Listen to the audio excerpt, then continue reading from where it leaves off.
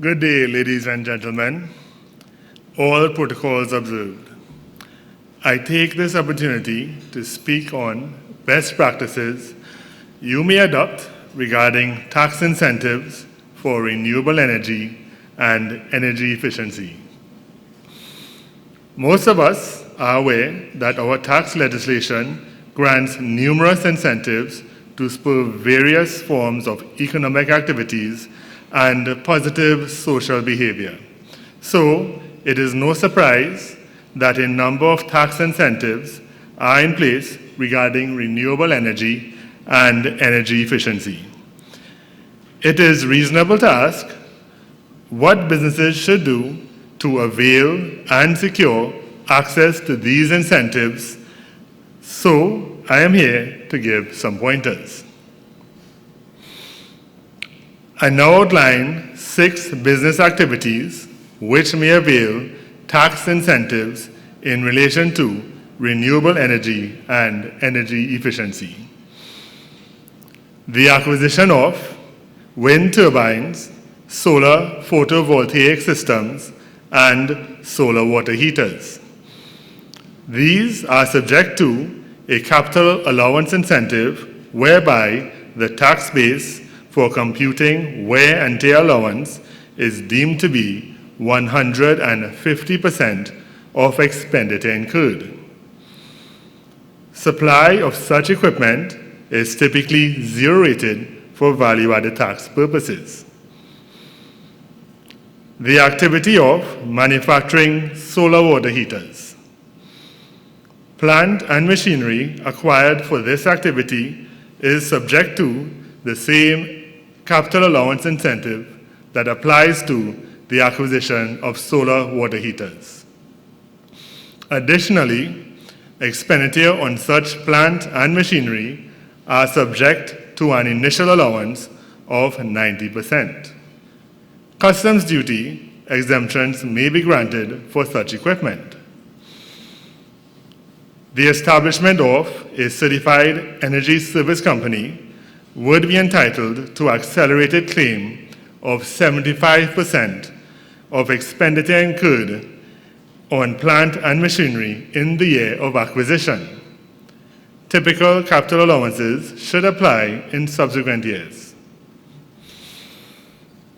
The purchase for commercial use of electric vehicles or hybrid vehicles is an activity which may avail exemption from motor vehicle tax, customs duty, and zero rating for value-added tax.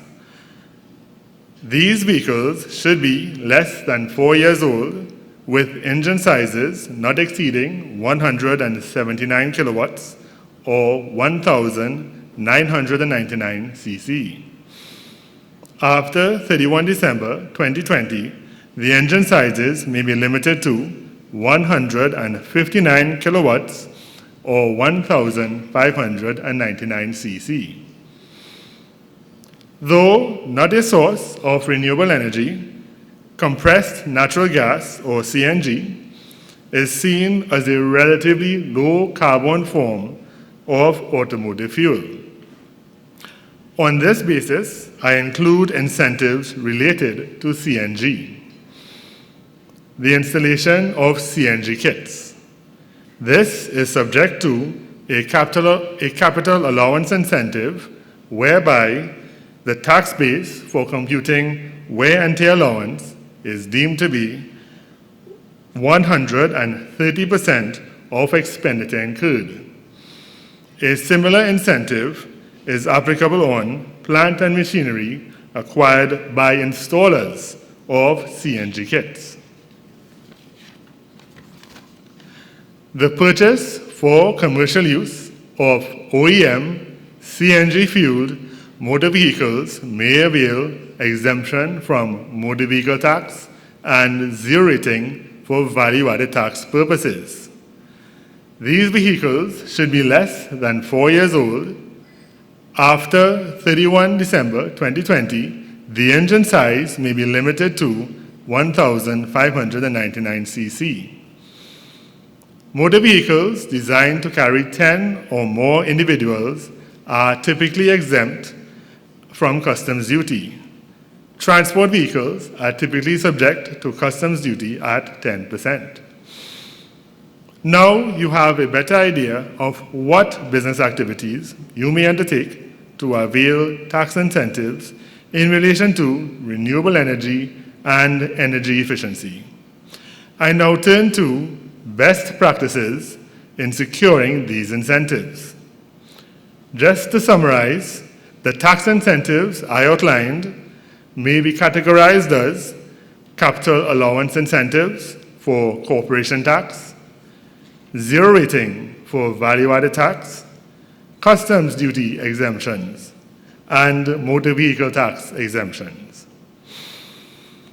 Here are some best practices regarding capital allowance incentives. Generally, claims relating to capital allowances should be supported by evidence of expenditure incurred, assumption of legal ownership, consideration reflective of arm's length arrangement, and use of the asset in the business. Expenditure incurred is ideally evidenced by documentation of payment or documentation of a debt created in favor of a third party, such as a loan from a bank. Where a debt is created in favor of a related party, ideally, documentation should show such debt is settled under typical arm's length terms. Assumption of legal ownership is ideally evidenced by invoice issued by a third-party vendor and registration of ownership with statutory authority, such as the Motor Vehicle Licensing Division in the case of motor vehicles. Where the asset is acquired from a related party, ideally, documentation corroborating transfer of legal ownership should be available. Consideration that is reflective of arm's length arrangement is ideally evidenced by proximity of consideration to open market value of similar assets in an active market. Where the asset is acquired from a related party and there is no active market for comparison, an analysis may be documented using generally accepted transfer pricing principles, such as those set out by the OECD. Use of the asset in the business is typically evidenced by the nexus between the nature of the asset and the nature of commercial operations. Capital allowance incentives that which hinge on the nature of the assets acquired, such as the acquisition of wind turbines, should ideally be supported by third-party documentation, typically an invoice which shows the details of the nature of the assets acquired. Capital allowance incentives which hinge on the activity in which the assets would be used, such as the manufacture of solar water heaters, the substance of the activity should ideally be manifest upon physical inspection of business premises. Computation of capital allowances incorporating applicable incentives for the purposes of filing a corporation tax return may be undertaken with the assistance of a reputable tax advisor.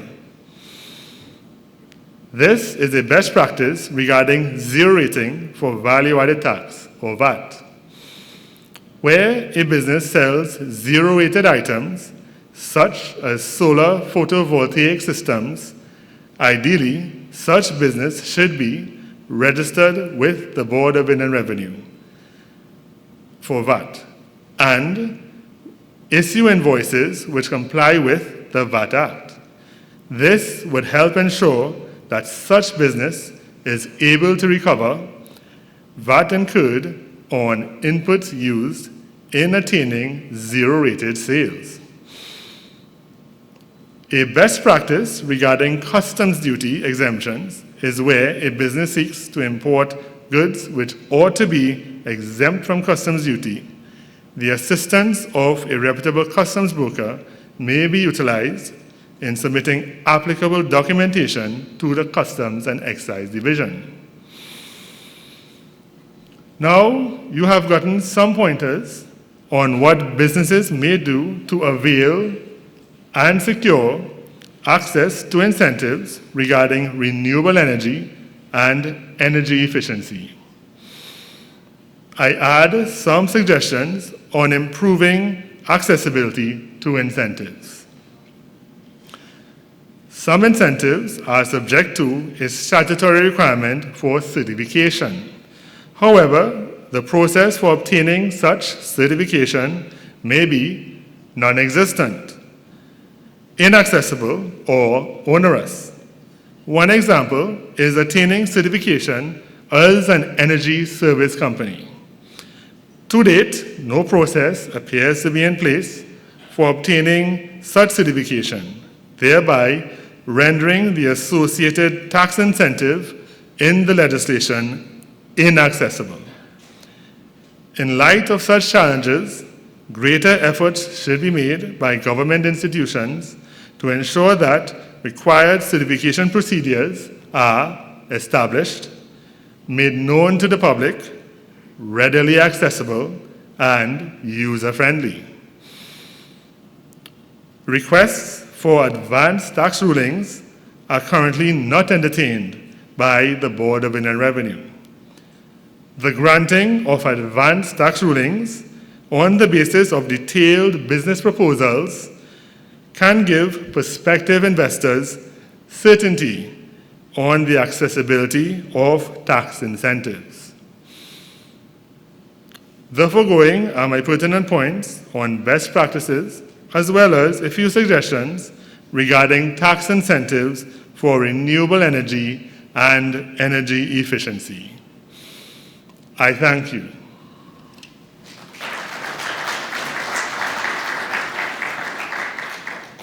Thank you very much. So we now have the floor is open for any questions or any comments.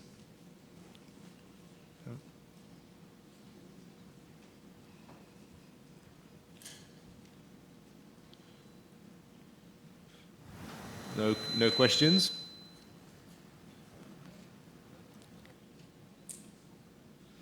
Okay. I wanted perhaps Shivanan, one of the issues which has come up. I know the number of people who have been importing items where you have something which like a solar panel which is integrated into a system with other elements to it, and customs are refusing to sort of recognize that as an item which should be coming duty-free. Do you have any sort of comments on that? Is that something you've come across? Well, we do come across issues where the categorization of the asset and in relation to customs duty especially, the schedules governing customs duty is very detailed, and quite often an augmented product can fall outside of an intended incentive. And we saw this quite often when the VAT schedule was much more detailed in terms of zero rating and reference the Customs Act in much more detail, that you may import a particular item and it may fall just outside just because of some augmentation. And in relation to that, that's why it's good to identify these issues, and the use of a competent customs broker can be very useful, because acquiring the asset from a different supplier who formats the asset in a different manner can change the treatment for customs duty, and therefore it really comes down to getting the advice beforehand and and planning your transactions around that. Any other questions people had? Hello? Chris? Hi. I think it should be on. Hello? Hi, good day. Christopher Narayan Thomas from the Energy Chamber. Shivanan, my question has to do with the point you made about zero-rated VAT. You said that essentially, from what I got from it, is that you would pay the VAT upfront and then it would be refunded later. I guess my question is, that doesn't seem to be something that would incentivize the industry further, because there's a particular VAT situation in the country where it takes a little bit of time for you to get the refund. So I'm guessing, does it make more sense for the way that we zero rate VAT for renewable energy items to be completely VAT exempt rather than having to go through that particular process? Well, the issue of this is where your business, where you are selling zero-rated items, and a lot of the businesses here are engaged in the sale of crude oil and natural gas and exports as well. So therefore, a lot of your supplies would actually be zero-rated right now. And so therefore, a lot of you would have experienced delays, significant delays in getting your VAT refunds. And that has to do a lot with the broader fiscal situation in the country. And the issue of exemption versus zero rating, in short, I would say that VAT exemption tends to put you in a worse place than zero rating, because zero rating is what allows you to cover VAT on your purchases. Exemption doesn't give you that avenue. What I've seen in other jurisdictions is that the tax authority itself, for example, I believe I've seen some proposal in Guyana in relation to this, where the tax authority does not, in Trinidad, the gross receipts from value-added tax is remitted to the consolidated fund, and then the consolidated fund has to allocate funds to pay VAT refunds. In other jurisdictions, the tax authority pays a net amount, net of refund positions. So therefore, the tax authority itself retains the float to pay the refunds, and that would allow refunds to be unaffected by the overall fiscal situation of a jurisdiction.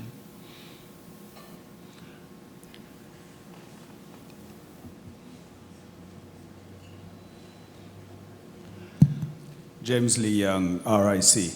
Shivanan, this is outside of VAT and duties, but it's an interesting question in that we've been approached by a number of entities looking at setting up crypto mining operations here in Trinidad to take advantage of the cheap electricity that we have. Yeah. Now, this has caused us some, thinking in terms of what is the benefit to the country in terms of tax receipts, etc. I'd just be interested to know what your views are on it, just in a general.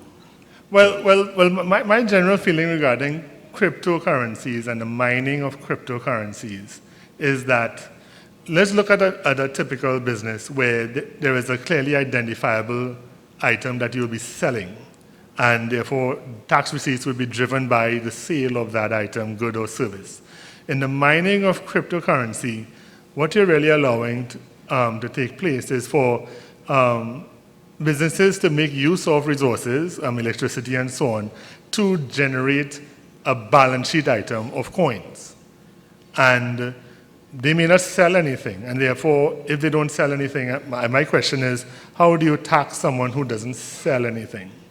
And therefore, certainly I would be cautious about building an incentive regime around that, unless you clearly understand what is being sold and what will ultimately be taxed in relation to those things. And certainly, it's a big question because in a lot of jurisdictions, they use a lot of electricity in eastern China and so on, and noted as a noteworthy contributor of greenhouse gases and so on. So I would certainly look at that very carefully and ask some hard questions around what's the revenue. Okay. Any other questions or comments? Well, then I will bring this panel to a close and move into our next two presenters. So I think a round of applause for the two presenters. Okay. We are slightly ahead